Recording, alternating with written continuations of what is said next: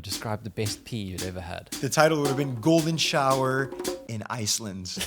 You only got your first phone when you were 18. Wow, yes. What were you editing at that point in time? Because that was quite a few years ago. I have a friend in Egypt who's the biggest drone smuggler in the country. Drone smuggler. Yeah, and he's a genius at it. Egyptian government, if you're watching this. Don't expose the plug. You come with nothing, but with a good idea, they don't give a fuck about it. It became a cat and mouse game. You must have signed the biggest NDA. Yeah, oh my God, dude. It's prison for a lifetime. This is not where I want to be. I want to be somewhere here. Oh, Africa looks cool. I don't know anything about Africa. And I want to do it with a bicycle. Why not? What's next on the horizon for you? Wow. I haven't said this to many people, but...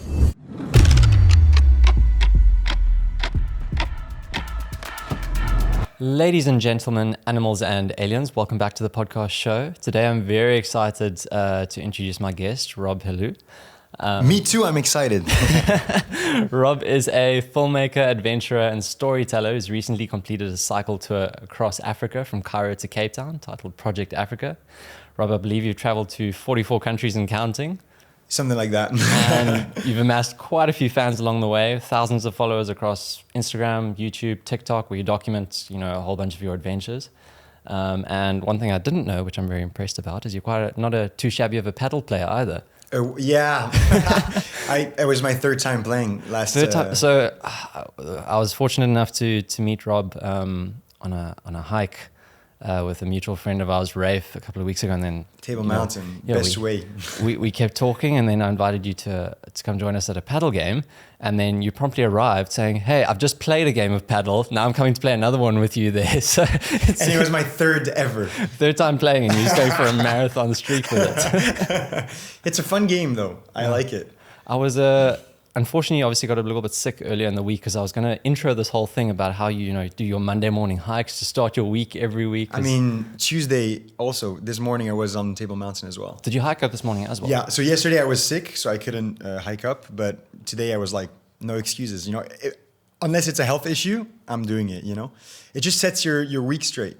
And yeah. What was that the original thinking with you and Rafe when you kind of got to Cape Town? Just, start the week So I didn't even know Rafe before coming here. And then when we met, I was like, yo, I'm thinking of doing platter clip like early morning to set up the week like straight, And he was like, sure, I'll come. And then it became like a weekly thing. It's been like 5 months in a row we've been doing it. So 5 weeks, sorry. Yeah, feels like Cape Town's been your home forever if it's 5 months now. 5 months. I mean, I might come back. We'll see. When last were you in a spot for more than 5 months? Oof, good question. Probably Dubai in like mid 2022. Okay, so it's really been a nomadic lifestyle. Actually, not even. No, because I traveled while being in Dubai as well. That's such a good question. Wow. That's hitting me now. Maybe I need a bit more stability. You seem like you thrive kind of, engaging in new things and going on lots of different adventures the whole time. Like you seem like you need sort of the stimulation to like learn and explore. Yes, that is true. But also this lifestyle makes you neglect a lot of needs, unfortunately. And I've been noticing this a lot more by being in Cape Town for more than 2 months now. Whereas the last 16 months have been like moving all the time, meeting new people, getting attached to people and having to leave. And again, same thing.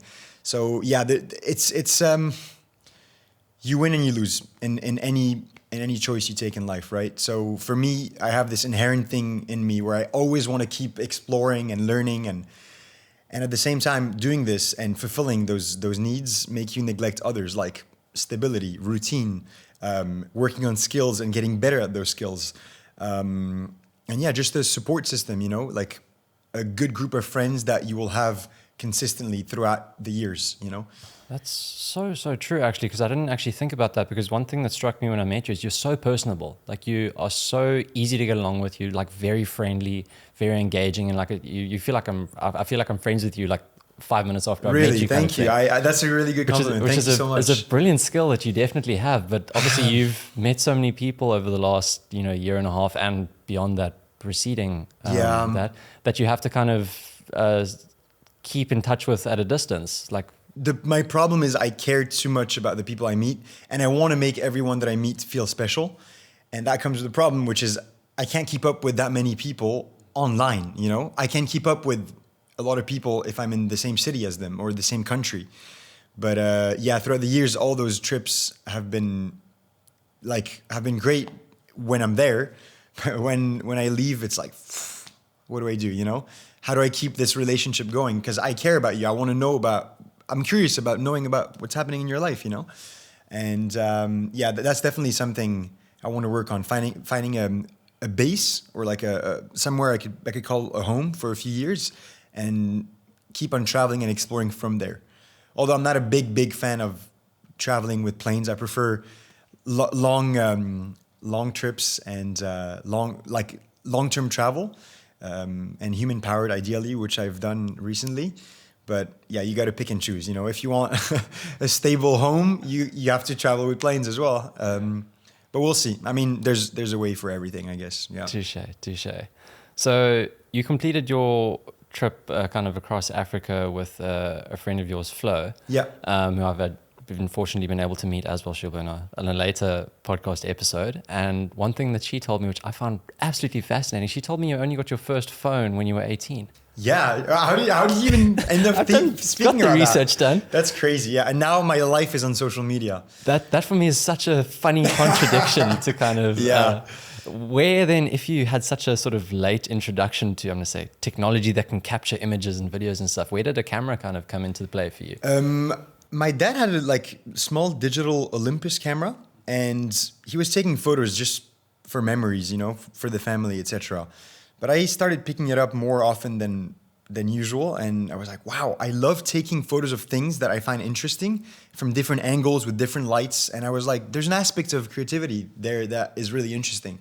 And my aunt kind of inspired me as well to get more into photography and take it seriously, because she made a living out of this. She's an amazing cook, but at the same time, she documents her own cookbooks by going on the field and taking photos of people and their relationship with their own foods. It's beautiful. It's like proper table book. Oh, brilliant! Like big, you know, those big photography books with like really cool recipes that are getting lost with globalization and all of that. So I was like, okay, wow, there's like career opportunities with this, you know, and this Olympus became a Canon 60D, and it's my aunt who bought it for me. So that was it was life changing for me, because I could start taking videos with it as well.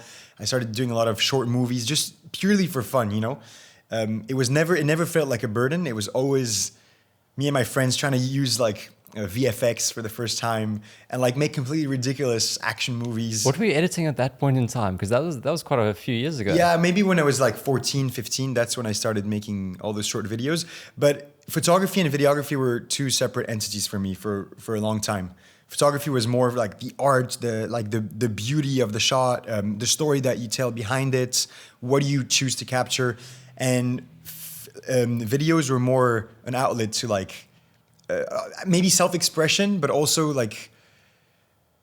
kind of making our own versions of what we were seeing on TV or in movies. I started watching a lot of movies when I was 13 or 14, but they evolved separately, photography and videography. And then photography became more serious. I started having gigs with this, and then I was like, photography is a bit saturated. I want to get more into videography.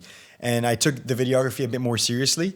It wasn't just parodies and action films and short films of, just us having fun. And I was like, maybe I could do something with this. And I started working with a lot of NGOs as well, trying to, just make myself useful with the skill I was picking up. And never, I haven't taken one class of making videos or anything. It's just along the way, just observing, seeing the videos I like noticing things that I would want to copy here and there. It's about stealing like an artist, getting snippets from here and from there, and then creating your own thing. Do you find you picked most things up just kind of along the way and from other people, or was it a mix of YouTube or? It's a mix of everything. It's a mix of personal experiences, social media, including YouTube, obviously, and traditional stuff, TV series, cinema, movies, even theater. I mean, that's the thing with video. You could do anything. It's a representation of reality the way you want it. So I think it's incredibly powerful as a medium, and I truly believe in the impact it could have. Speaking of impact, I think more on the environmental impact side of things. Mm-hmm. When we were doing our first hike up Club last week, you told me that you went to Australia initially to study an environmental engineering degree. Yeah. What kind of prompted that sort of course of or direction that you pointed your life in, and then how was the experience kind of going over there? So growing up, I noticed more and more that the biggest fight of the century, of the 21st century, will be and is at the moment the environmental crisis. You know, we've been neglecting completely the side effects that our actions have been affecting, right? And looking around, I'm like, no one's noticing those things. Like, yeah, people know about climate change, but no one's really noticing our effects on the environment. Like, when you look at the numbers, it's scary. I'm not speaking about just climate change, but for example, the acidity of the oceans or deforestation or plastic pollution. I mean, it's wild. And all of those changes happened in like half a century. And it was worrying, but at the same time, it was exciting. It's like, okay, there's room for change here, you know? And if I go and join a degree that mixes engineering, which comes with a specific mindset, right? With people that want to make change makers, I can make something happen here, you know? And I quickly realized that it was very technical, which is great, but I also realized that to be able to be a change maker, you don't need to be technical. A lot of the solutions to all those problems I mentioned already exist. People know what to do. It's just an implementation of how do you make this happen, you know? And it has to do with politics, it has to do with culture, it has to do with ideology. And those things are very intangible to work on, you know? So I was like, in myself as well, in a selfish way, I was like, I'm not someone that should be in a lab or in a multinational, just working on a big project, building a eco-friendly dam or like trying to replant trees in a specific, like those things are cool, but I'm just a pawn in a massive game that I'm not in control of, you know? There's a lot of legislations that have to do with implementing those things the right way, and they're not being implemented in the right way because money is always at the forefront of everything, right? And I think I quickly realized, like, okay, I need to have this self-expression first of all, just artistically, purely, not having to do anything with the environment.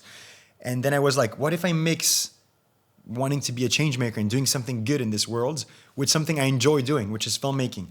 And quickly I noticed, just tapping into my nature, I'm someone that is extremely curious. And growing up, every 2-3 months, I wanted to do a new job. And I had this obsession with this like new potential career I would have, you know? I passed through the whole spectrum of jobs. And then all the adults were telling me, like, you got to pick. Like, if you're already thinking of your purpose at 13, that's great. But you can't do everything, you know? You can do anything, but not everything. And I didn't like that answer. I was like, no, there's a way. I'm sure there's a way to do whatever you want to do, whenever you want to do it, you know, with obviously compromising in ways. And filmmaking was kind of the saving grace because I noticed that I could monetize my interests with anything I want to do. That's super true, because I not necessarily in the like solo filmmaker and adventurer type of thing, but I do a lot of different sort of client work with a lot of, you know, all the different cameras that are here. And you meet so many different people and find so many different avenues to explore different things. 100%. And you get exposed to just such a variety of things. So like having a little camera is just such a powerful tool, not so much for what it can do and what it can capture, but just the network that it kind of exposes you to. Yeah. Which I absolutely love. And even a microphone, like I would love to start a podcast one day, just because I want to learn from people. Yeah, this is my very selfish endeavor to just have an excuse to meet people that I find interesting and hold them hostage for 2 hours and have a really nice conversation. And I came here because I'm like, this is training ground for my future podcast. Let's see how it goes, you know? Let's see how I am at ease with a microphone and on camera and stuff like that. No, but yeah, I mean, it's those are outlets, you know? And it could be a selfish reason, but also it's important to also keep in mind, like, it's an outlet to serve the world and make it a better place. I think any type of change starts with a shift in ideology, a shift in belief. And how do you do this? By raising awareness. And how do you raise awareness all while capturing attention? By mixing, I call it the tripod, entertainment, education, and creativity, right? If you add something that is creative artistically with something that is entertaining and that draws people in, with also something that educates and inspires and informs people, then, I mean, there's something really powerful there. And, sorry, we're beings of storytelling. That's one of the main differences between animals and us, right? We are, the most contagious virus is an idea. And if you can implement an idea in someone's mind in a way that is smooth, but also that, you know, it's not, I'm not trying to manipulate psychologically people through videos, but it's a way to plant something there and make people think, and for it to be the start of a change for a betterment of self in terms of growth, a betterment of anything that has to do with the topic that is covered, basically. It's a bit abstract, but no, I love that metaphor. That's absolutely fantastic. That whole tripod analogy, I absolutely love it. And video making and storytelling in particular is such a powerful medium to express ideas, and I really, really sort of like that.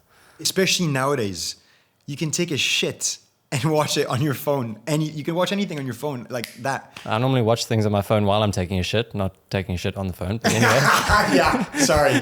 Words are everything. Order.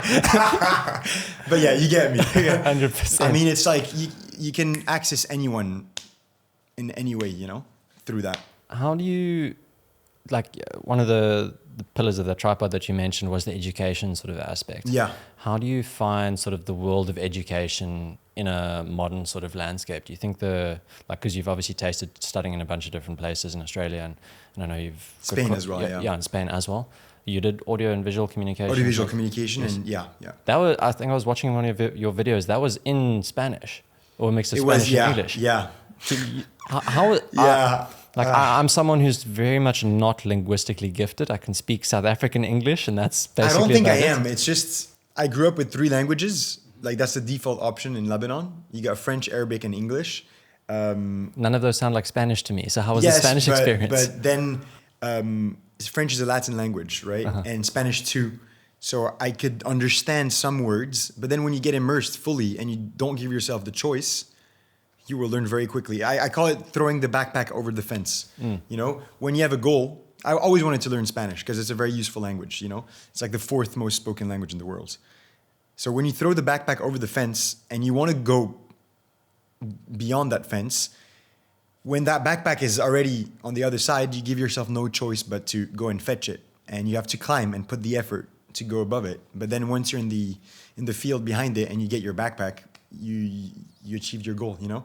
So for me, it was going there, not knowing anything, but immersing myself, like speaking to people in Spanish during lunch breaks, memorizing word by words, the whole like classes, the whole classes. And yeah, I passed my exams really easily because I was able to really be focused on just absorbing as much info as I could and working way harder than what I needed to for the topics I was studying. But yeah.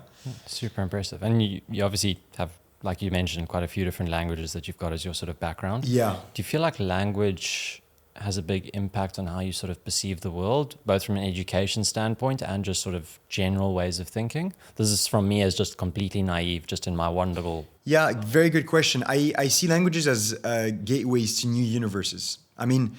It really is like very poetic. But it's true. It's a completely, like, if you learn Spanish, it's a key to the gate of the Spanish universe. And the Spanish universe, look at the map, it's like 3/4 of South America and Spain, but also like you have other Spanish influences in the Philippines and in a lot of Equatorial Guinea, even like in Africa, which few people know. It's just like there's so much culture attached to the Spanish language. And knowing how to speak and communicate, you have access to a specific type of humor, to a specific type of mentality, to a specific type of even gastronomy, because sometimes you will not access specific foods if you're not in the right place with the right people, and you get to access those people through the language, you know? And learning a language, one tip I could give is just like take it easy on yourself. Like people are stressed to make mistakes. Just make mistakes, like make a fool out of yourself. That's the only way. I was kind of like the clown during lunch breaks because I learned a new word and I would throw it in the most completely random context and people would laugh and then they would correct me, and that's how I would absorb like the information. But yeah, gateways to new universes for sure. I think that's such a brilliant piece of advice to give there about like not really caring about messing up and stuff. I think for anything. That's superb. It's like the advice, baby, actually. you know, the baby that's learning how to walk. You think he beats himself up while trying to learn how to walk? No, he just gets up and tries again and falls and tries again and falls. And that's a metaphor to use for anything in life, I think. Especially if you're committed to learn something and it's getting hard. Don't overthink it. You set yourself to do this, you do it, you know? And yeah, I mean, it's the same for languages, I guess. You've definitely got your motivational speaking education and future books lined up there. I mean, I'm giving advice, but yeah, it's hard to apply, but at least you have the... It's a superb outlook, and I really, really like it. I'm gonna transcribe what we're chatting about later and just write down all these things. And hang it up on your walls. Yeah, next to my live, laugh, love quote, I'll have words from Rob. Rob, interestingly, I was watching a few of your older videos, and one thing I just have to ask about this because I was just confused about what it actually is. Yeah. You had a job for a while back in Lebanon, I think, for a film distribution company or a media distribution company. Yes. What does that entail exactly? That was really cool, actually. It was such a random job, but it was one of the the jobs I cherish the most. Did I describe it correctly, or what's the actual... It's a cinema distribution company. Yes. You summarized it perfectly. So what happened was I dropped out of university in Australia. It was a very tough decision because I made amazing friendships. I was in a college dorm that was probably the best college dorm that exists. I mean, the culture there was just so good. It was a brotherhood. And every week we had cultural events, and we were all athletes. We would play so many different sports, and we would play them well. We were competing against 12 other colleges, and we would always win the cup of the sports cup, basically. I mean, it was so good, and it was very tough to take the decision of I'm not here to have fun. I'm here to learn and become a better person. And I've been becoming a better person in my personal life, but in my career, not really. So I took the decision to drop out. Went back to Lebanon. It was winter, and I was like, what am I doing? I dropped out of Australia, and it was great, but something was itching me, and I don't know what it is, and I don't know what is the next step. I just know that every second of my life should be headed. I should be headed towards something I enjoy doing. So yeah, it was a very risky decision, and I was like, I want to search for a job in the cinema industry. And I started speaking to people, and funnily enough, my aunt, who I also mentioned at the beginning of she was like, oh, I have a friend who owns a cinema distribution company called Empire Cinemas, and you should maybe try to contact them and see if they need an intern or something. I contacted the guy, and I told him, yo, I have 2-3 months free. I'm down to help you guys in any possible way. And I joined the team there. I'm still in touch with every single one of those people at that team. I mean, it's crazy. One of them, I slept at his place in Dubai looking for an apartment. Another guy, I did my first ever vlogs with him because he was working in this cinema distribution company. Then he left this distribution company to start his own food channel, and he didn't want to be on camera. So I was making vlogs with him. He would produce the whole thing, and that was my first vlogs ever. But anyways, it's crazy how the dots connect backwards, right? When you look, I mean, it's crazy. But anyways, so in this distribution company, I was working with a guy called Louis, and we were working. It was basically most of the time Excel sheets. We were working on a software that, based on all the qualitative data of a movie, you can define the quantitative data of an upcoming movie with the audience of the Middle East. I don't know if that makes sense. So, for example, there's a movie with The Rock that is going to be released soon in the Middle East. We need to know how long this movie is going to be in the cinemas, or an estimate at least. We have to estimate an amount of money it's going to be making at the box office, and all of those estimations are based on how did the movies from The Rock do in the past in the Middle East? Who's the director? Or is he or she a director that is recognizable and that people will watch because it's this director? So taking all of those things into account, it was basically taking all the data from IMDb and putting it on Excel and determining based on numbers, future numbers for future up and coming movies. And also there is a human element to this analysis of how long should we put this movie in cinemas, and in how many cinemas, etc. What type of cinemas? There's luxury cinemas, there's like entry class cinemas. So I got to watch a lot of movies like 3-4 months before their international release, and have a say with 4 other people on if it was worth it to bring it to. You must have signed the biggest NDAs. Yeah. For Oh my this. God, dude! Watching Avengers Infinity War, dude.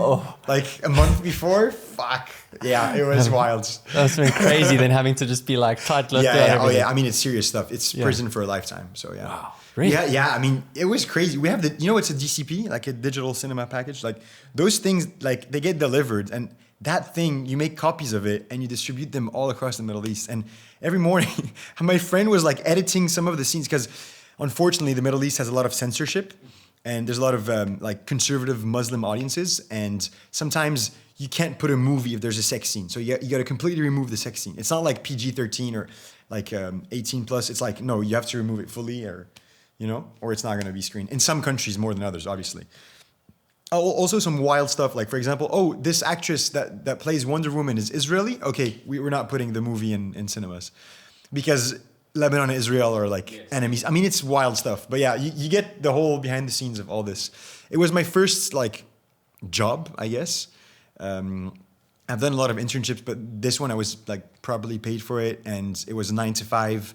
It was cool because I didn't have to worry about anything after 5 o'clock. When you work for yourself, it's nonstop. Story. It's nonstop. You know it. 100%. No, it never really ends. With obviously seeing those kind of movies ahead of time, and then having a job of kind of understanding how audiences are going to sort of receive that, do you think that was kind of a precursor to, I'm going to say, aggressively launching stuff on YouTube and analyzing stuff ahead of time, saying, okay, cool, I've got this idea for content and this is how it's maybe going to resonate with people? Or is it not really sort of the way you go about your filmmaking process? So I think before even joining this job, I would write reviews on every movie I watched to force myself to be analytical. So I have this app called Letterboxd. I don't know if you have it as well. I've heard of it, but I haven't used it. It's really good because it's like it's like IMDb, but it's a social media. Okay. So it's super cool. You see what your friends watch, and they can comment on your reviews, etc. It's really cool. That's cool. I've just got a Notion list of every movie I've ever watched with personal notes, but I didn't know there was a... Time to transfer it to the Letterboxd. That's going to take a while. Yeah, it is. I tried, every time I think of a movie, I try to log it there. Uh-huh. I think I'm at like 890 movies now. My life goal, it's my bucket list. I want to watch 5,000 movies. 5,000, that's so much time. It's so much time. But I see it like university. There's a lot of people that are like, I'm not going to put my kids in university. I'm going to force them to watch 3 movies a week. And you can learn so much through movies, eh? When people think of movies, the average person, it's like, oh yeah, Spider-Man. No, movies can be so deep. It can change your life. Movies changed my life. Sure. I'm here today. I've been making videos the way I do today because of movies that influenced me, Do you count series on that list of movies? No. I mean, in terms of influence, for sure, but in Letterboxd, it's just movies. I was so secretly proud of myself because I've got my list. A lot of series. My list is at 580 for the different movies that I've watched. Okay. And I was always like, yo, I've watched so many. And now That's a lot. Now you're just smashing me out the park here. I mean, I have friends that have watched 3,000 movies, and they're my age. It's insane. I mean, they're on another level, obviously. Double speed. Yeah, not even, eh? Because a movie is sacred. If you sleep in a movie, doesn't count. That's a crime, But anyways, to go back to your point, I think yes, it helped me analyze a lot more, even more than what I was doing before with my reviews. But I try not to influence myself too much with the stuff I watch on YouTube, because I prefer to be an innovator rather than an adopter, Someone who's like, oh, this worked? Okay, I'm going to do the same. Hollywood's problem today is that it's all money and how much money we'll be able to make and meeting the expectations. That's why you have sequels. That's why you have superhero movies, and that's why you have biopics. Because, this biopic is based on this bestseller, so we know it's going to be making money. It's the recipe that they know is going to work. Exactly. And there's very little, apart from like A24, there's very little like big American movies that are really good movies, That's why I keep watching international cinema at the moment, because American stuff is just, it's going down. I mean, it's all for the money. It's so sad, but it's the reality, So for YouTube, I think it's the same, For example, you have figures like Mr. Beast that shift completely the platform, right? And everybody's copying them. I'm so curious to see how Mr. Beast transitions into the world of TV with his whole Amazon series that's going to be coming out. Yeah, that's true. That's going to be. Yeah. I'm so curious to see kind of how, because kind of I feel like a lot of TV stuff has found its way sort of into the YouTube sort of niche, but the YouTube stuff opposite, not hasn't that really much. migrated yet, and this will be the first big sort of migration push to see how they sort of Yeah, stack I up mean, against each other. there's a few people that have the Raka Raka twins. They've done their first horror movie. Key and Peele. It was Comedy Central, and then they went enough. into. I mean, yeah, it's incredible. I mean, Jordan Peele. He's been making really good horror movies. Yes Theory. You know, they like created the movement. Now they're creating like feature films. Fair enough. With the Project Iceman. So there's been things like this, but not at the scale of Mr. Beast, I guess. It's going to be interesting to see because there might be more budget and it's going to touch a completely different audience. It might be even more. It might even touch more mature themes. I haven't read enough about it, but Yeah, we will see shortly. I'm sure. Yeah. I'm very curious to know what the actual budgets are behind everything. I think it's going to be crazy. It's crazy, yeah. But yeah, I always try. One of the things I try to focus on with my videos is what video can only I do. You know what I mean? It's like what makes this video so uniquely unique to me. You know, and I try to make only the videos that are like that, because in this day and age, you can find your audience in any way possible, yes, but there is competition for attention. So you are competing in a way. How do you get the attention of people? Through something that is new, or through something that is best. So either you're the first person to do something, or you're the best person to do it. You know. So there's a lot of things that I wanted to do for a while, and then you see on YouTube, someone did it before me.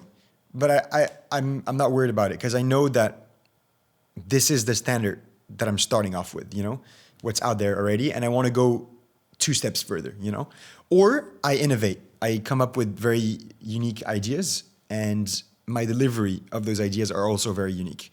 And I try to stick to those because it's like a product. It's the same thing, you know, it's either you're the best of this niche of products or you're the first, you know. And if you're the first, you have a competitive advantage in a way where you can study the market better and you have a better understanding of what you're doing, you know? So yeah, that's what I try to do with most of my videos. Obviously, sometimes you got to play the rules of the game and sometimes do things that you know will work, but I like taking risks. And even if that means I'm investing for a longer term reward, I think it's still worth it because I'm never going to be bored, you know? Part of what makes your particular way of storytelling so remarkable is obviously the things that you do, because that is something that is definitely unique and just inspiring and just scary as well. And I was obviously, you know, Project Africa comes to mind, but I didn't realize before obviously getting to know you now that this is not the first mega cycling trip that you've done. Yeah. You cycled around Iceland as well. I mean, Iceland wasn't mega in terms of length, but I would say it was more brutal than... It looked very intense. Like from what I saw through the video and stuff, like the winds and the conditions just looked brutal. It was bad. It was probably worse than anything I've done in Africa so far. Seriously? I mean, in terms of physically demanding, yeah. Wow. Also because I wasn't prepared mentally and physically, and in terms of gear, I was way too young, you know. And when you're young, you can take things a lot more. You have a lot more pain tolerance. Or at least you had the practice run leading up to the Africa journey. Exactly. One of my favorite things that you described in your Iceland video that I've got to ask more because I'm curious if it's been beaten ever since is you described the best pee you'd ever had. Wow! Yes. Where was it again? It was like on top. It was of on a top mountain? of. I forgot the name of the volcano, but it was next to Mývatn Lake. It was unreal because the winds were like 70 or 80 kilometers an hour, and my pee went 20 meters horizontal. And thankfully, I didn't pee against the winds. I would have been showered by it. Yeah, no, if you faced the wrong way, it's over. The title would have been "Golden Shower in Iceland." Clickbait. I'm putting this in our intro thing for this. You gotta do a bit of tweaking for Photoshop. But yeah, that's a good question. Best pee. Wow, I didn't think of that one. Since I'll have to answer you. Okay. Post podcast. Fair enough. Also scrolled across. I found your Twitter account somehow. Okay. And I found a quote from your Twitter account back in 2021, which I found absolutely amazing. And I really think it's something that you've lived up to tremendously. You did your since- research. Wow. I tried my What is best. it? You and I'm going to do my best to read this accurately. It's better to have a quarter-life crisis than a midlife crisis. We shouldn't be afraid to embrace it. We should dedicate our 20s to take risks and learn from the failures. I even forgot I wrote this. That's wild. I found it remarkable. I didn't open my Twitter account in like 4 years. I saw that there hadn't been too many posts there, but it was just there, like Wow. bold and center. And Man, that's really that touches me that you found that. That's really cool. Yeah, I think I was going through something at the time. So then my follow-up question to that is, was Project Africa your quarter-life crisis? No, I think my quarter-life crisis was before. I was, it was a very hard. What was the dates? That was 2021. I'm not sure exactly. Yeah, middle of COVID. It was a very lonely time for me because I dropped out of university in Spain, and right after, like the second month after I dropped out, COVID, all my friends are in university, whether it's in Lebanon, in France, in Spain, in Australia, all in university. And I was there trying to make a living out of filmmaking. And it really brought me to a place of kind of an existential crisis. It was, but it was good. It was healthy. That's why I wrote like quarter life crisis. It's way better to have it earlier on, have those mental hardships that make you ask the right questions and the hard questions.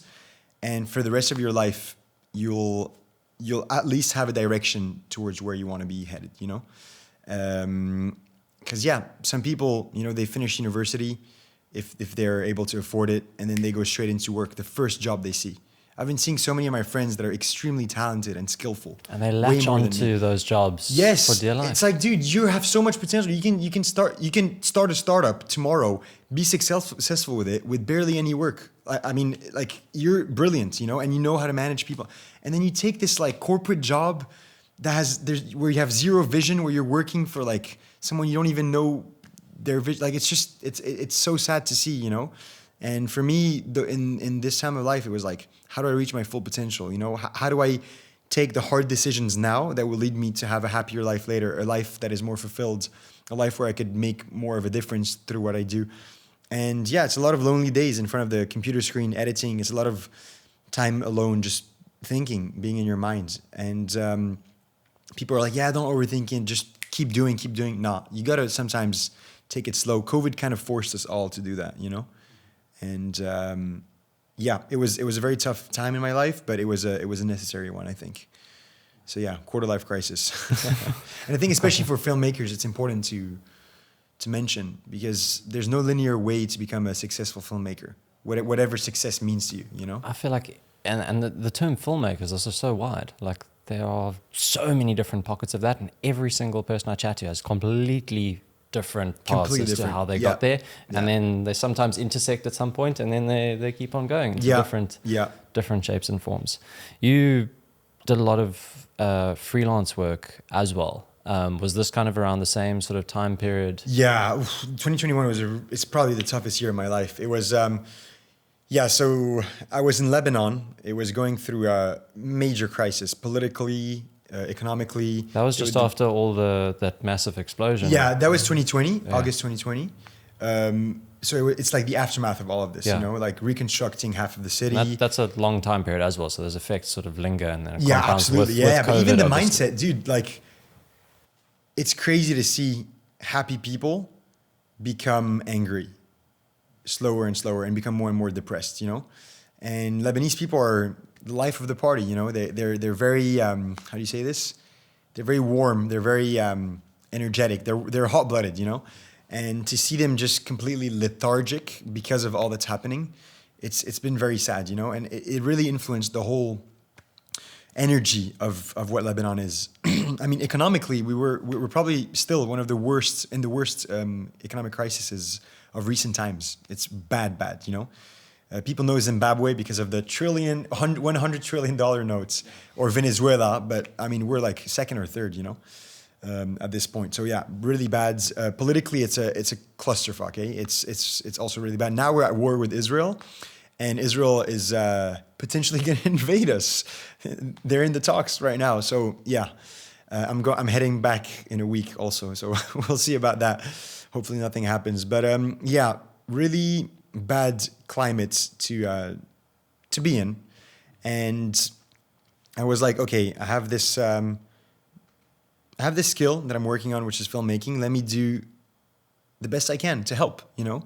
And so I accepted a lot of jobs for free. I spread myself way too thin, but I really wanted to help. So I worked with like hundreds of NGOs and like companies and people that just wanted to make a difference, to keep the economy afloat and to help people in need. And it really destroyed me. I went into a huge depression. It was quite bad. And also around that time, I was working for 6 months on a project where I was building the largest flag in the world made out of recyclable materials. And I wanted to raise awareness on the plastic pollution crisis in Lebanon and how we could all tackle it, regardless of our background. It was kind of a way to unite everyone that has been divided politically and economically into one common cause of fighting for the betterment of the environment. I mean, it was a big project. I was basically a garbage man. I was going to people's places to take their recycled items and stuff like that. I was meeting so many people. It was super cool. Like hundreds of people got involved. And I associated myself with a woman called Caroline, and she backstabbed me. She took the whole credit for herself when initially it wasn't for my own personal glory that I was doing this. It was basically for just spreading a good message, you know, and she made it about herself and she stole the whole project. She contacted Guinness World Record, got certified, and she didn't know that I filmed the whole process.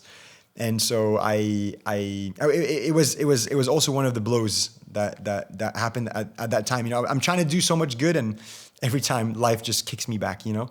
So, but it was cool because it was a very sweet revenge. I filmed everything. The whole process, spread a very positive message in that video. Never spoke badly about her. I was always the bigger man of the situation. And I had contacts in national TVs in Lebanon, like some of the biggest TV channels. And they loved my work. They always put my videos on air, which is really cool. And they put that video and she started calling me, threatening me to pursue me with the law and stuff like that because people started calling her and saying, why didn't you never mention this guy? It's his idea. You stole it from him. And because I never said she stole it from me. I just said, like, this is my idea and I wanted to team up with this person, you know, Caroline. And it was amazing because like she was raging, but she couldn't do anything because I only said the truth. And I spread an amazing message, which was not about who the record is for, but why we're doing this, you know? And we built this massive Lebanese flag made out of recyclable material. And I watched part of the video. It's absolutely amazing. It's so big as well. Yeah, it's huge. Yeah, cap by cap, you know, like white caps, one by one. It taught me a lot for sure. Yeah, I think I was way too innocent and naive at the time. I thought the world had the best intentions, but it's clearly not the case. Still, always, I want to give the benefit of the doubt because I always try to see the best in people. But yeah, that was also something that really discouraged me. Imagine like working 6 months on something and like being backstabbed. What really annoyed me is that to finish the flag, she bought plastics. She bought plastics and used them in the flag, which was the whole purpose of the project for me, was to like make people stop consuming plastic. And if they do, recycle them, you know? And she bought plastic. So it was really enraging. That was why I was really annoyed. Not because she stole it for herself as in terms of credit, because she destroyed the purpose of this project. But anyways, that was another thing that happened that was not really enjoyable at the time. And so one of the worst things that happened was losing 2 years worth of footage in a hard drive. It just crashed out of nowhere. And it was the only week where I didn't have a backup. I deleted the backup because I ordered a new hard drive and I needed a new the hard drive that I deleted the backup from for like new client work that I was working on. I can only imagine how shit that feeling must sort of be. Horrible. Like, horrible. Because every creator at some point has a drive fail or something sort of go wrong, and it's that just sinking feeling in your Horrible. gut, and just you get that cold sweat and you just feel awful. Oh, I was depressed for 6 months, like not going out of bed. Like I couldn't. It was just like 2 years, and I had 7 client works at the time that I was working on that I had to deliver the next week. 7 different ones, short videos, one longer. And I had to all call them one by one, like almost crying, being like, it crashed and I don't have a backup, and like I don't know what to do. And we had to reshoot some things. Others like, we're like, fuck off, like I don't want to do it anymore. Like it was bad. And then yeah, I was in a really bad mental headspace at the time. So imagine all of this happening at the same time, simultaneously. That all just compounds. Horrible. Yeah. Horrible. And what I did, which is the worst thing I've done, I was like, let me do the thing I love the most, making videos with my friends about the topics I love. And we did it as a daily vlog in Lebanon in May of 2021. And it destroyed me even more. That's what made me sink even deeper into my depression, because it was like my only saving grace. And it was just nights of editing, no sleep. I had to organize everything. I had to speak to so many people to create the videos the way we wanted. Then there was a horrible gas crisis in Lebanon at the same time. Then electricity, like we had electricity for like 5 or 6 hours a day. So anything you would order, like you had food poisoning because all the fridges were like, I mean, it was bad. At least as a South African, I can somewhat empathize with the electricity crisis. Exactly. We tend to be quite happy when the lights are on. I mean, yeah, it was bad. Such a simple thing that can just wreak havoc in everyone's lives. It's such an amazing invention to have electricity, and when it's suddenly gone from a modern way of living, it changes everything. But I think it's good for Lebanon because a lot of people are investing in solar power now. So it's just like household by household, just fully reliant on themselves instead of a bigger system behind. Yeah, well, no, when it's like the Bitcoin of electricity. Yeah, when the state can't take care of you entirely, then at least there's a way to kind of grasp some power back. Exactly. And I think the private sector in Lebanon is extremely powerful. That's why we've been keeping afloat despite all this crisis. I like that. Yeah. Seems like a place where you have to be exceptionally resilient. Lebanon. Too much. That's the problem. It's when you're too resilient, you accept things you shouldn't be accepting. You tolerate things you shouldn't be tolerating. And that leads to big problems. Like the Lebanese people accepting the shit people, pardon my French, that we have in power for so many years, you know? We shouldn't have never accepted people that are that incompetent. But also we're all part of it, you know? If they're corrupt and they pay people off, like everyone's involved in a way, you know? I think you described in a video of yourself almost as like a frog in boiling water or in cold water that eventually slowly simmers up to sort of a boil, and that eventually, you know, you have to sort of make a change.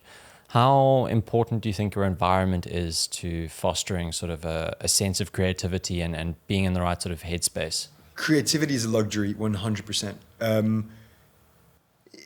I don't know I don't think broke artists exist. You got to be like financially at least a minimum afloat to be able to create something.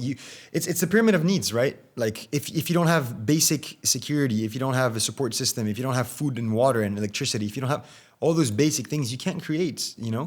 And I think, a minimum of comfort is essential to be able to create. And that's why people that are in the creative industry have a huge privilege to be able to create, but also, in my perspective, a lot of responsibility towards using that creativity for something good, you know? Because being able to create, it involves a lot of gear, it involves a lot of time, you have to be in a mental headspace and an environment that where you can cultivate creativity. If you're in a survival mode, it's almost impossible to do so. No, I think that's very, very true, and a nice way of, you know, laying it sort of out onto your, I'm not going to say survival mode, but your survival adventure into Project Africa. I'd really love to dive into it a little bit. Absolutely. So, as I initially understand it, you wanted to start a little bit earlier, and you had to push out the trip due to COVID. Yeah. How long did you actually have to delay the whole start? The first spark of having the idea was in 2017, I think, or 2016. I'm not sure exactly. It was an idea I wanted to do, but I didn't know how. And in 2020, I knew how, but it got pushed basically 3 years. Yeah. 3 years is a crazy kind of... It's a lot. And it's a lot because in the back of your mind, you know you have to do this thing, and everything you're doing has to fit into that thing you want to be doing. If not, something's itching you and you're not at ease with yourself. And that's what happened, basically. It's hard because it's a belief that is so rooted in you that you have to do this thing, and you're not going to be at rest until you do so. yeah, I mean, it really. Do you kind of just get those ideas that sort of creep up on you and become that sort of, I'm going to say, hill that you kind of have to climb? Where did the kind of the initial sort of sparks come from in 2016, 2017 that you I described? was in school bored, procrastinating, looking at a map, and I was like, this is not where I want to be. I want to be somewhere here. Oh, Africa looks cool. I don't know anything about Africa. Africa is so mysterious, you know? The media portrays it in one way, but the reality is completely different, and I know it, but I don't know what it looks like. And I want to do it with a bicycle. Why not? It's adventurous, it's fun, it's human-powered. And then I started speaking about it to my friends during recess time, and they were like, you're crazy, man. I was like, why? I was scared saying that to them because I'm a firm believer that you got to speak about your dreams and goals. People will laugh at first, but when you show you're committed, people will help out.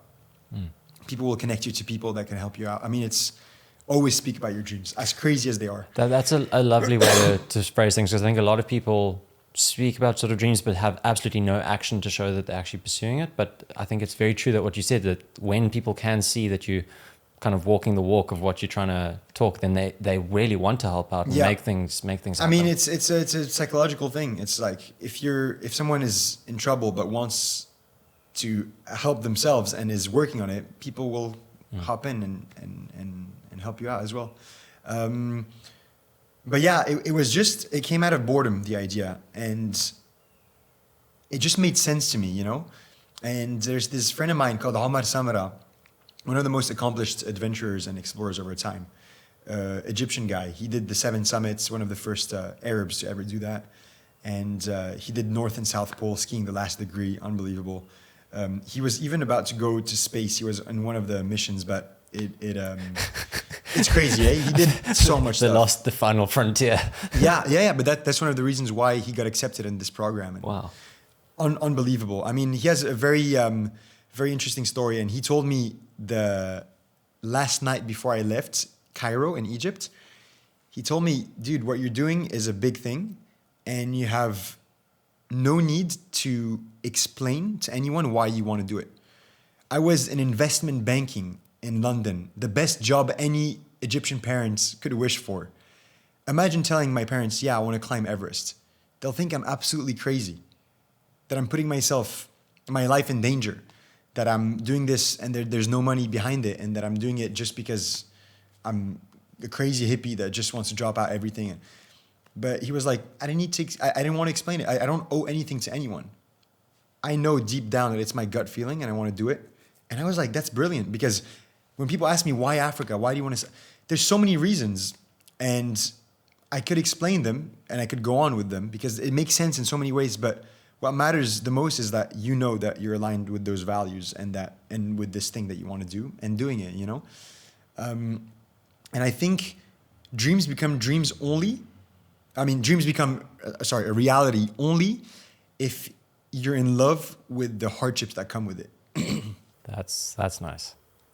You're really going to have a book of quotes lined up for yourself. No, but it's true, because if you think about it, like, so many people want to do things. Are they willing to suffer to get that thing? Probably not. Most people are like, I want to do this, but yeah, life is about sacrifices, man. You know, you got to sacrifice. You got to compromise. You have an amazing girlfriend, but you want to do this trip of 2 years crossing Russia. Or, I don't know, I'm giving a stupid example. Yes, either you commit to a long distance relationship and it's going to be freaking painful, or you break up. I mean, it's like, I have a friend, I'm not going to mention his name, but he went on a huge adventure across the world, and he was about to do a big part of it with his girlfriend. And then she realized it wasn't for her, and he was trying to push it. He was like, oh, but it's like amazing. It's like the first couple doing this. It's like, it was something really crazy, like once in humanity kind of thing, you know? And then they had to break up, and it was very painful because this girlfriend of his did a lot of amazing adventures with him before, but this was like the turning point, you know? Wow. Your sort of start of your sort of journey, I didn't realize it was going to be so tricky, and I don't know if you realized it was going to be so tricky. I had absolutely no idea that getting across Egypt unaccompanied was such a challenge. It was a game. It was amazing. I mean, the first days were really annoying and so draining and exhausting.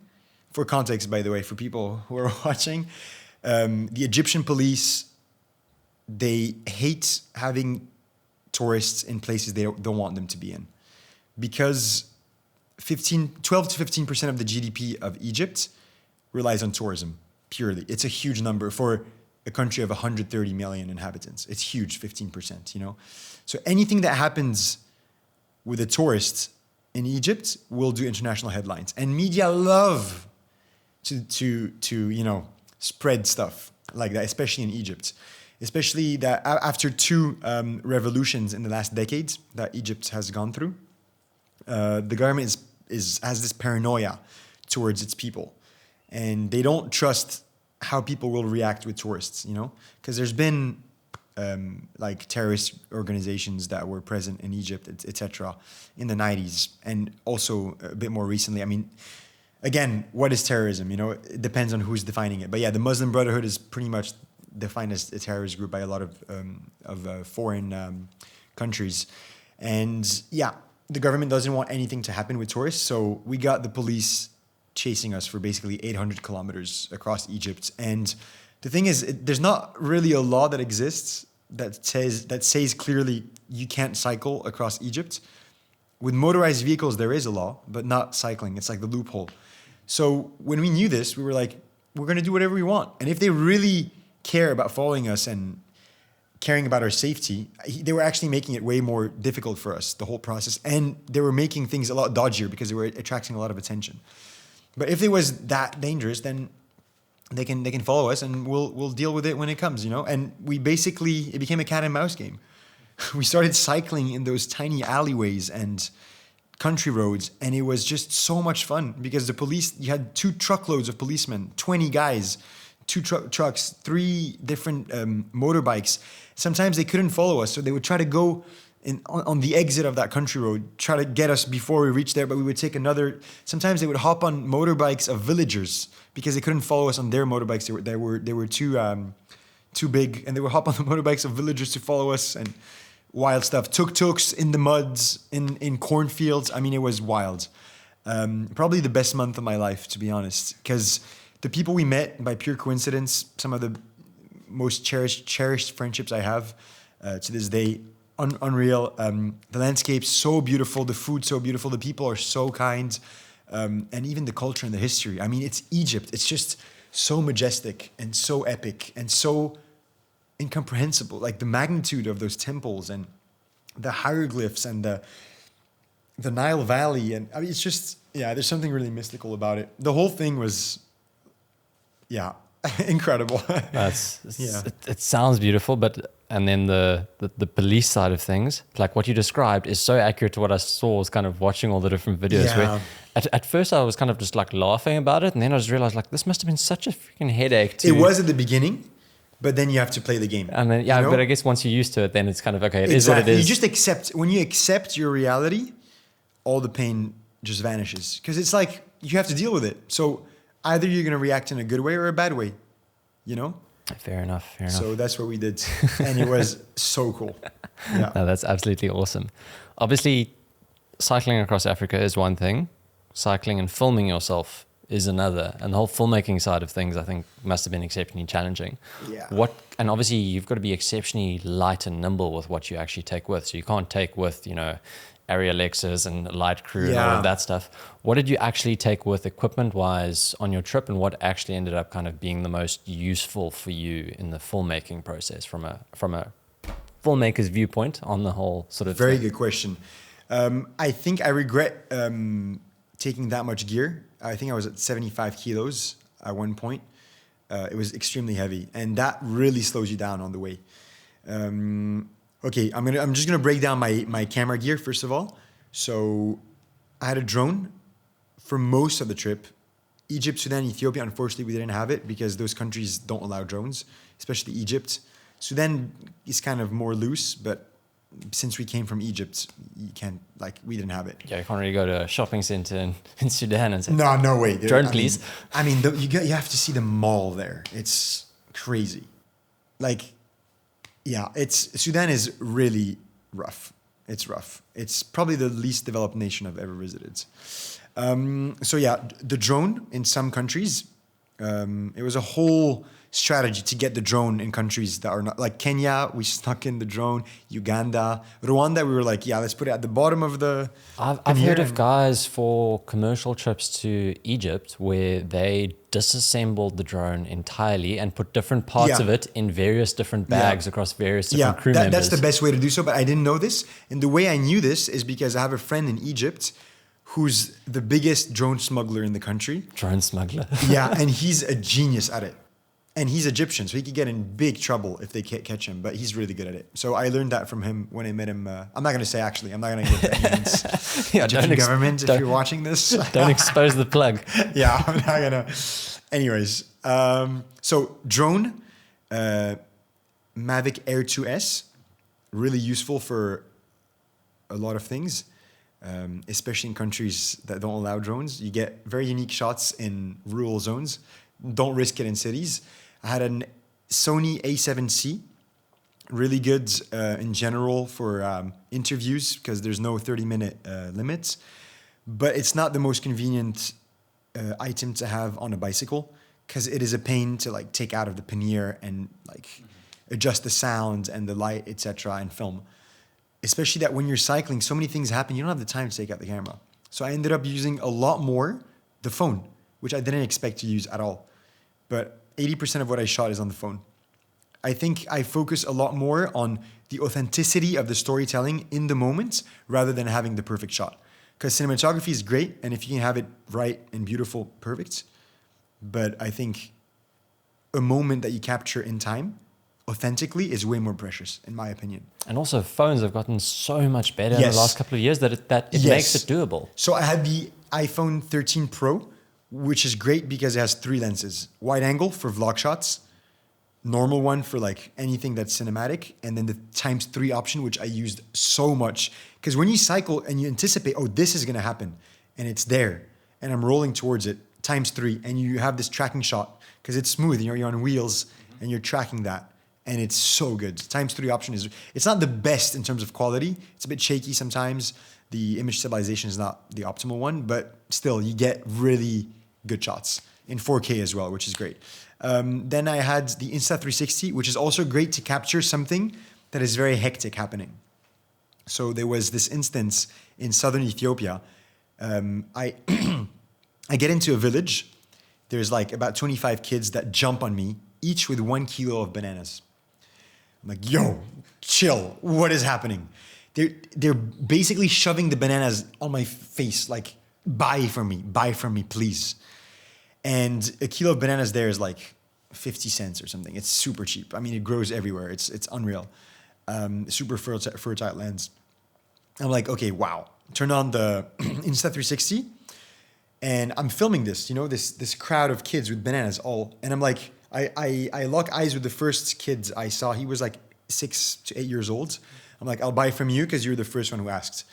And then I'm like, come, follow me, I'll buy from you. We all understand each other with body language. I'm like, I take out the bill, I'm like, and then I keep going and the whole crowd of kids keeps following and then some get tired and I'm losing more and more kids along the way. And then there's like a small crowd of like 5 or 6 that remain with me. The strongest. The strongest, including the guy I told I'll buy from, I pay him, get the bananas. The other kid's like, buy from me. I'm like, dude, I'm not going to eat 3 kilos of bananas today, but thank you. Still a bit, it's tough to see kids like selling stuff at this age, and there's no schools in a lot of towns in Ethiopia, small villages, etc. But at least, they're making a living out of what they have and hustling, from a young age. Anyways, so why am I mentioning this story? Because the Insta360 made me realize why my sunglasses were missing. I looked around, I was like, my sunglasses are missing. I was about to start rolling again and they're missing. What is happening? So I look at the footage and I see a guy, because I took out my sunglasses when I started filming with the Insta360 and when all the kids were around, because I had to, there's like blurry, kind of like, like the glasses are tinted, so you want to see the reality the way it is. So you take them off, put them on the bike. And I noticed in the Insta360 that a kid stole it, gave it on the outer circle of the kids, and another guy that was on the outer circle took the glasses and just left in one of the alleyways of the village. That's crazy. And I saw this and I was like, I'm going back and I'm getting my glasses back. So what's cool is that through the Insta360, I was able to see who took the glasses. But when I came back, I didn't see the person. So it was very simple. To get them back, I got them back in 30 seconds. What happened is I took the sunglasses of Flo and I showed this. I was like, this for me. And then I took a money bill. I was like, I'll pay you if you give me back my glasses. In 30 seconds, I got them back. A guy went in an alleyway, took it from the guy who got them and gave them back. And I gave them like the equivalent of $1 and I got the glasses back. That is crazy. And the Insta360 helped me capture that. Batman detective tool over there. It's crazy. But also moral of the story is small towns have accountability. Big towns don't. That's why cities are way more dangerous. So when people ask me, how dangerous was Africa? I always tell them 90% of it is rural. So it's not dangerous. Because if something happens to me because of someone, the whole village will like wreck this person. Because if something happens to me as a foreigner, like there's going to be consequences on that village, you know? It's going to like through word of mouth, people will know something happened here because of this person, and this person will have a price to pay. That's remarkable. So it never happens. I really like that. It never happens, except Ethiopia, but that's another story. Now that you say it, I've found very similar sort of experiences in some of the smaller towns in South Africa as well, and some of the projects I've gone out for documentary stuff as well, where when it's a small town of a tight-knit community who appreciate kind of either the tourism that's coming in or the work that's being done for the betterment of that community, they all really understand, look, if something is here to make good things happen, we need to make sure that this happens, and the whole town is kind of accountable to that vision. That is true, but that's in a specific scenario. For me, I wasn't doing anything good in the town. I was just passing by, you know, just eating stuff. Like I was buying food and that's it, you know. We usually tried to avoid towns.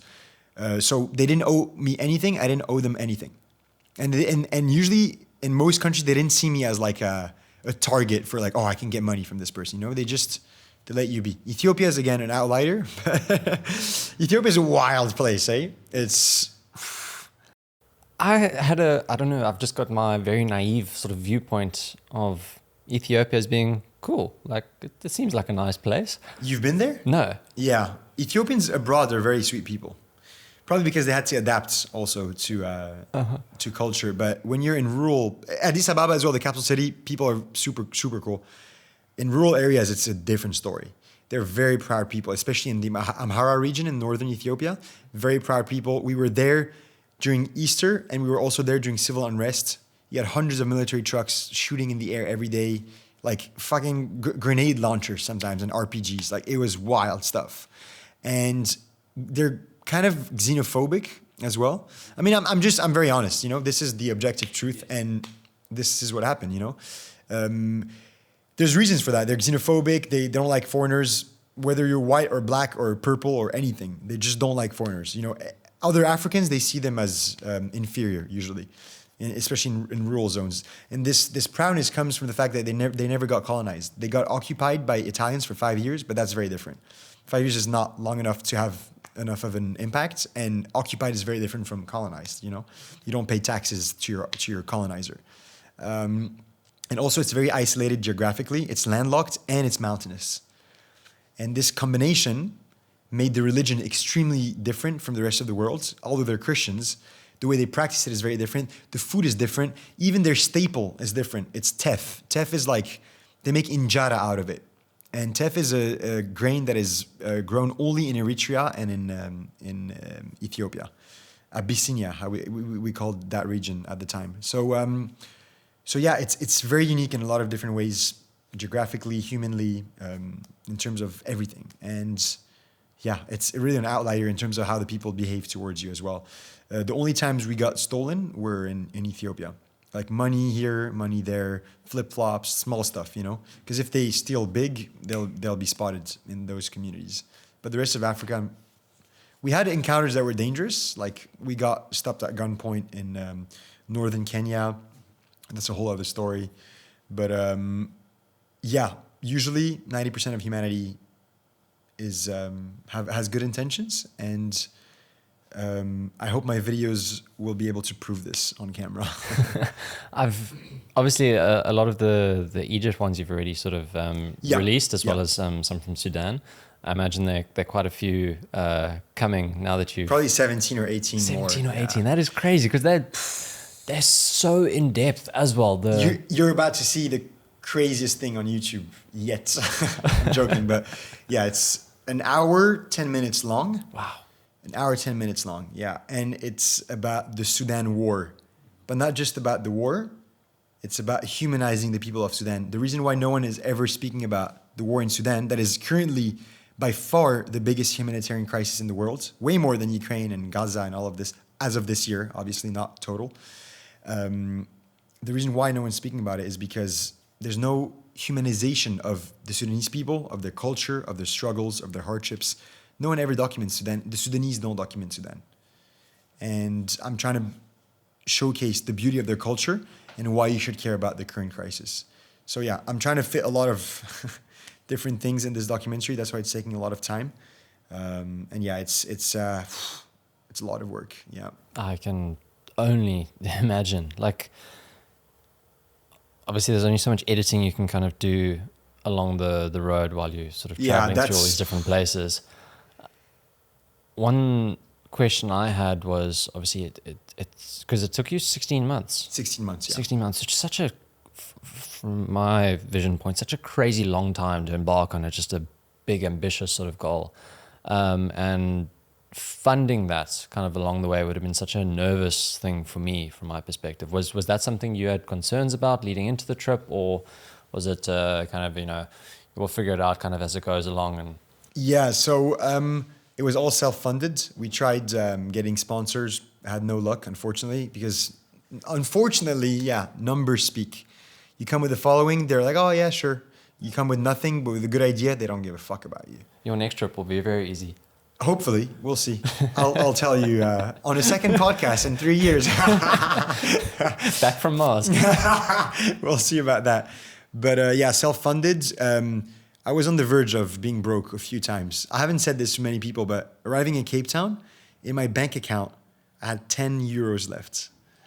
Yeah, 10 euros. But I never really worry about this because I know that I have enough skills and contacts to get a job whenever I want and be paid for it, which I did in Cape Town really fast, I got 2 jobs, got paid for like the 2-3 months I'm here and to keep me afloat, But those are the type of jobs I usually don't like doing, but those are the ones that pay, My goal with my videos is showing that those are videos that are essential and that people need to watch and create a need, because when a need happens, there is money that comes as a byproduct, And I think a lot of people don't understand the value that of the videos that I'm doing at the moment. They don't understand that this is really important work.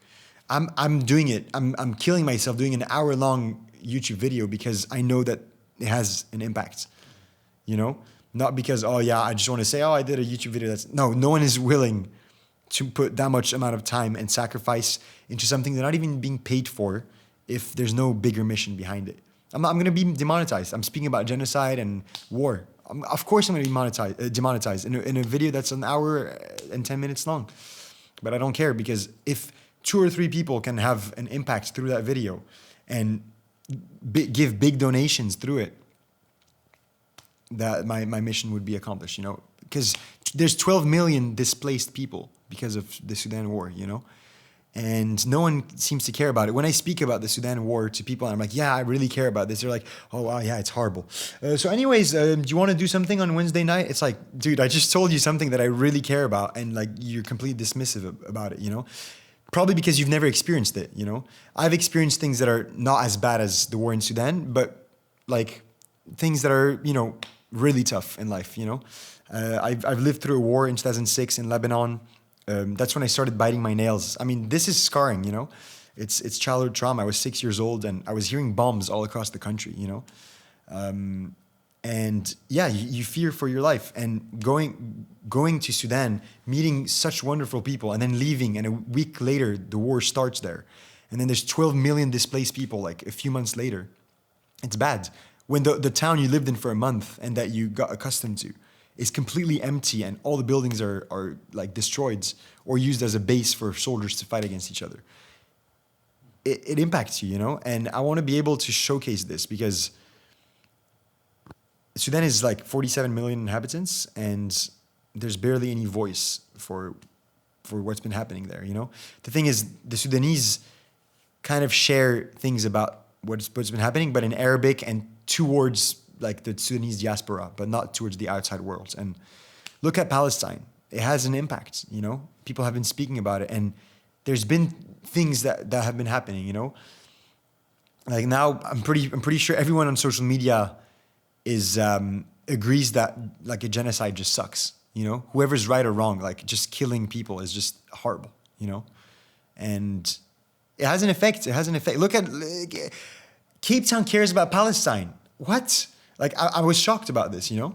Yes, there was apartheid, and maybe there's apartheid there too. I mean, there's like parallels, but I was shocked to see Bocap full of Palestinian flags. Palestine is like right south of where I live. It's like people shouldn't know about Palestine. It's such a tiny place in the world, but look at the voice of the Palestinian people and what they've had in terms of impacts, you know? And if you're able to do this as a beautifully crafted video instead of just hate messages towards Israel. Oh, look at what they're doing. Blah, blah, blah. If you create a comprehensive piece that is more like journalistically ethical, it can really have an impact. But again, how do you draw people that are disinterested to be interested and curious about it? You know, my biggest goal with content is making people that are not curious become curious. The best compliment I've ever received is a friend of mine, actually, very cynical guy, very, very funny guy. He told me, I never knew I could care about something as random as fish fossils. But I ended up watching your 18-minute long video about fish fucking fossils. And now I'm hooked and I want to bring my kids to like go and excavate fish fossils. And I thought I didn't give a shit about this, but it's the most fascinating thing I know about my country right now in Lebanon. Very few people know that Lebanon has the best fish fossils in the world, the best conservation of fish fossils. And it helped complete the tree of evolution in a lot of ways because there's species that have only been found there in terms of fossils because cartilage and bones can be degraded very easily, but in the Lebanese conditions of how the sediments formed, it was perfectly conserved. But anyways, that's a tangent. What I wanted to say was I cared about fish fossils and I was curious about fish fossils since I was a kid. And to be able to make a video about something you love and make someone disinterested become interested and curious about something you love is one of the best feelings in the world. And imagine doing this for topics that actually can have an impact in the world. Fish fossils won't really have big of an impact. It's just really cool. You know, it's academia, it's like science, paleontology. But when you involve in storytelling, politics, history, culture, ideology, you can move mountains, you know? You give hope back to the people. That's how revolutions start, you know? It's a beautiful thing, and I really love how in depth you go, and I can now really, really feel sort of the purpose behind the content that you're sort of putting out and the stories that you're trying to tell. And I'm pleasantly surprised with how much I'm actually learning, diving into your content now about all these different parts, specifically of Africa now. And I've always had the view, okay, cool, you know, I'm African. All these Americans, they all speak nonsense. They think they know Africa and all of this nonsense. And I'm realizing I am so incredibly ignorant of so many parts of the continent, which I call my home. And I'm just living in my own little bubble here in South Africa. I know absolutely nothing about Sudan, about any of the things going on there, and about so much about Egypt, which I had no idea about. And I'm so looking forward to all the other stories that you're going to be telling about the things that you've kind of uncovered and being not forced, but pleasantly surprised by what I can actually learn about all these different places. And I really think you're giving such a strong and beautiful voice to all those different stories. And I think it's a remarkable thing. Thank you so much. I'm so happy to see someone like you that is curious about those stories. Also, it's hard to see and know behind the screens who is interested in what you put out there, you know? The problem with making videos is that you believe in the impact, but it's hard to see it on the ground. It's intangible. It's not tangible. Because it's ideological. you'll see the impacts maybe, or like crumbs of the impacts through actions down the line, you know, because you're planting seeds. You'll see you might pick the fruits of the tree in the future if it grows. But what I've been noticing with monetizing my interest and just exploring this world and getting closer to a truth, not the like the truth, you know, I think there is an overlapping truth in this world. And the more I get closer to the truth, the more I notice how distant it is. You said you don't know anything about Africa. I feel like I know nothing. Every country I pass through, I want to go back to be able to understand a bit more about this country, because the more you know, the less you know. It's really true. And that's something that's been helping me a lot with ego. I think with any ambitions, you need a certain amount of ego. But I think to tame it, the best way is curiosity. It really tames it in the best way possible. And just be genuinely curious, and you'll understand more and more that you know less and less. Although in the eyes of others, you might know more than them. Like, you're not comparing yourself. You're comparing yourself to what is out there, you know? I think every single expert in their field continually just describes how little they know about and that's just one field. And that's like super niche yes. down. So you've got a very unique viewpoint, obviously, having done this trip, about traveling in a very nomadic sort of way and being very sort of nimble and adaptable to sort of situations, and staying grounded and functional in a chaotic sort of environment. Were there any sort of tricks that you learned kind of along the way about things that make you more comfortable, and small things that other people might just be blissfully ignorant towards, or things that surprised you while you were going sort of on your journey that, like, okay, cool, this is actually a really useful trick for just being calm, or this having this pot in this particular spot in my bag made my life so much easier? Are there any weird things that kind of popped up? I think, I mean, I could have a lot of practical answers to that question, but I think the ones that helped the most are ones that are mentality based. So just coming into new territories and new countries with an open mind is probably the best tip I could give. Willing to adapt, you know, willing to take things the way they come.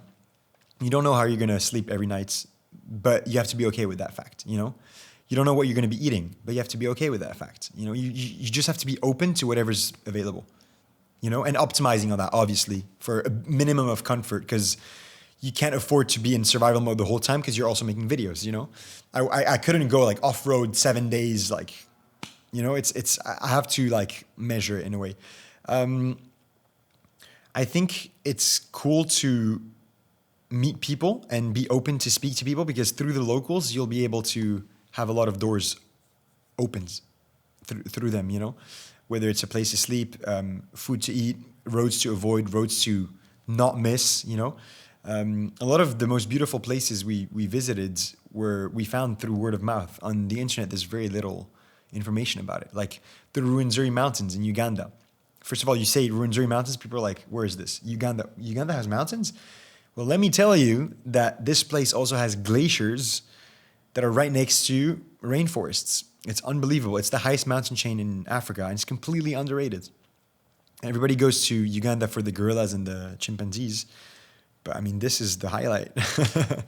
And that was through word of mouth, you know? Or, for example, like this hidden little monastery church found on the islands of this lake in Ethiopia. What?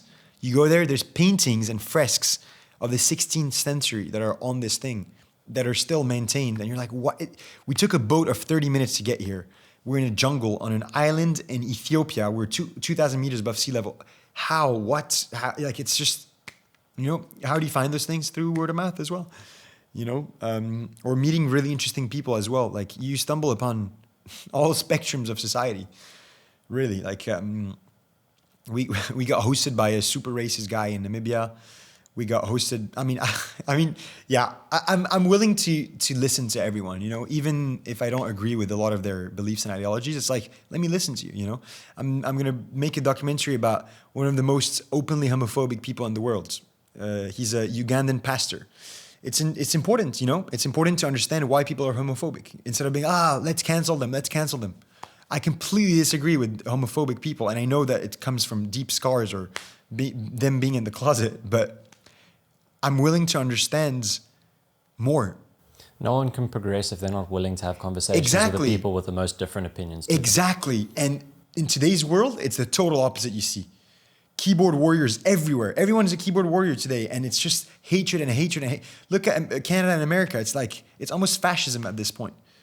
This wokeism to the extreme and this conservatism to the, it's like, what are you doing? Like, it's, be open to hear about different, even if you disagree, you know, you want to understand. And I'm surprised by how little people speak about topics like religion, beliefs, or it's important to speak about those things, you know, even though you completely disagree, even if you're an atheist, try to understand more about Christianity, try to understand more about Buddhism, about Islam, about Judaism, about Zoroastrianism. I don't know, but like, be willing to always keep evolving.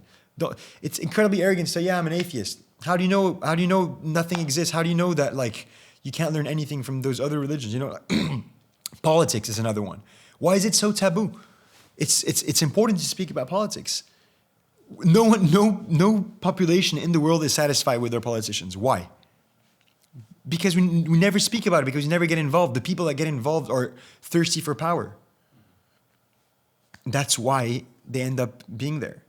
The people that have integrity, that should be in power, they prefer to focus on more surface level things, or leading a more simple life, serving their community, which is very admirable. But when you're that good at what you do, you have a responsibility again to do something bigger, you know, and go against people that are taking advantage of corruption and of exploitation, and also even like things as simple as sex. Like, I was raised in an environment where people don't speak about sex at all. It's super taboo. It's important to speak about sex. It is important. It's something that is so human and so important, and so many people make mistakes with those types of decisions in their lives because they don't speak about it enough. It's super taboo. So yeah, those topics are incredibly essential, I think.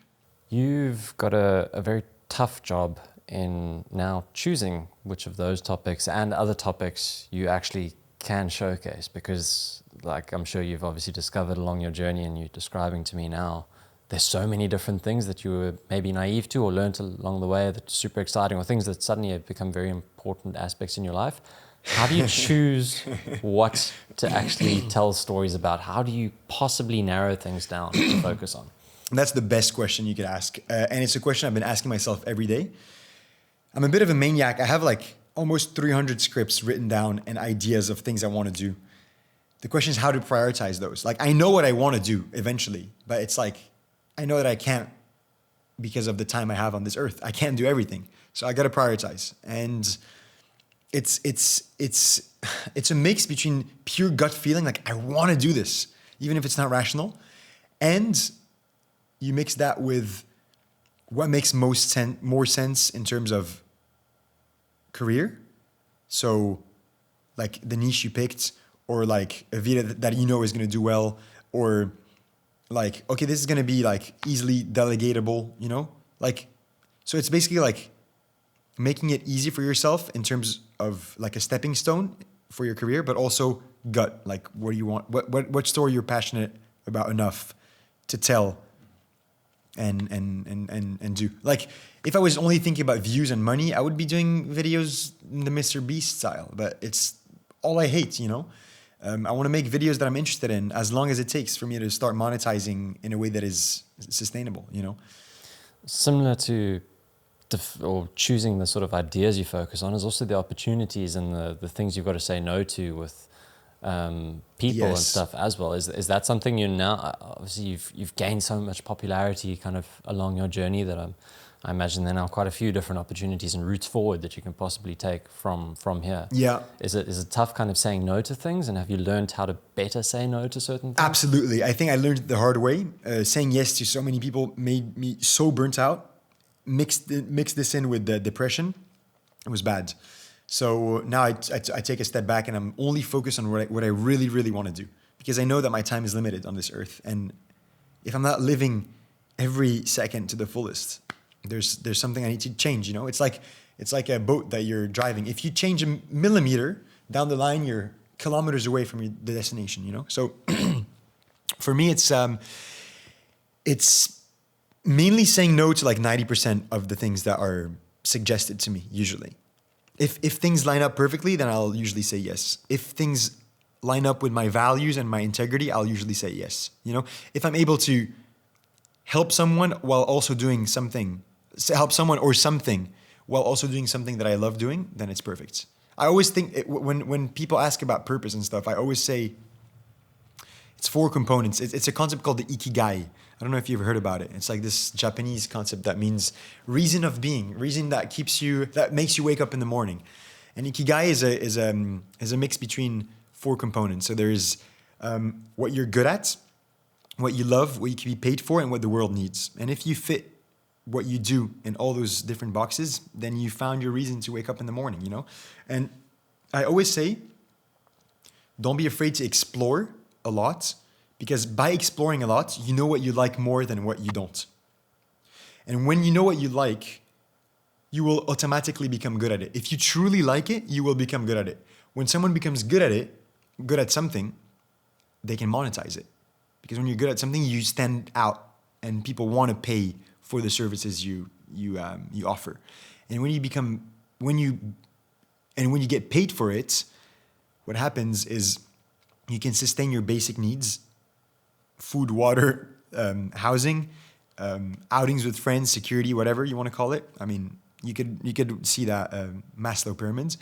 When you can sustain yourself, then you can think of the upper levels of that pyramid. How do I help the world? You know, it's important to be. I always disagree with this idea, but I'm seeing more and more nowadays that I do agree with it, which is you have to be selfish first to be able to give more after. That's very, very true. It's like the oxygen mask in the plane. They always say put yours first before putting on your kids, you know? Because if you can't breathe well, you can't help the other person, you know? And money is one of the ways that helps you do that. And helping the world is something that is going to be a byproduct automatically of you living a comfortable life, you know? And it is a privilege that not many people can have. Most of humanity is not living through comfort.